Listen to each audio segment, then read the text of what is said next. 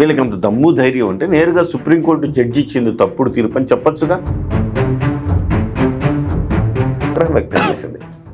అలా ఆగ్రహం వ్యక్తం చేసినప్పుడు దాన్ని శిరసావహించాల్సింది పోయి, తప్పు ఎక్కడైనా ఉంటే సమీక్షించుకుందాం అని అనుకోవాల్సింది పోయి, అవసరమైతే పిన్నెల్లి సోదరులను పార్టీ నుంచి సస్పెండ్ చేయాలి, ఇలాంటి నేర చరిత్రలు మన దగ్గర ఉండకూడదని సస్పెండ్ చేయాల్సింది పోయి, ఏది జగన్మోహన్ రెడ్డి గారు సమాజం పట్ల బాధ్యత లేదు, రాజ్యాంగం పట్ల బాధ్యత లేదు. జగన్మోహన్ రెడ్డి గారు దేని పట్ల బాధ్యత ఉంది? ఆయనకు డబ్బు పట్ల బాధ్యత ఉంటుంది. నమస్కారం స్వామి. మీరు చూసుండొచ్చు, పిన్నెల్లి రామకృష్ణారెడ్డికి సంబంధించినటువంటి ఆ కేసులో వెంటనే లొంగిపోమని చెప్పి సుప్రీంకోర్టు ఇచ్చింది.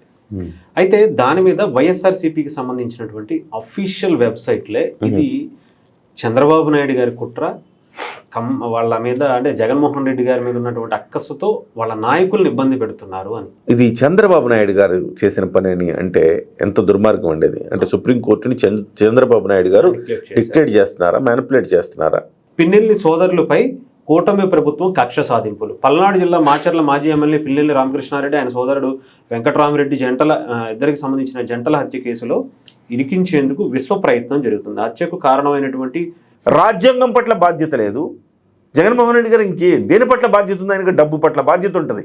ఎంత సంపాదించుకోవాలి, అధికారం, డబ్బు, ఈ రెండు తప్ప ఇంక దేని మీద ఆయనకి అసలుకి ఉన్నట్టుగా లేదు.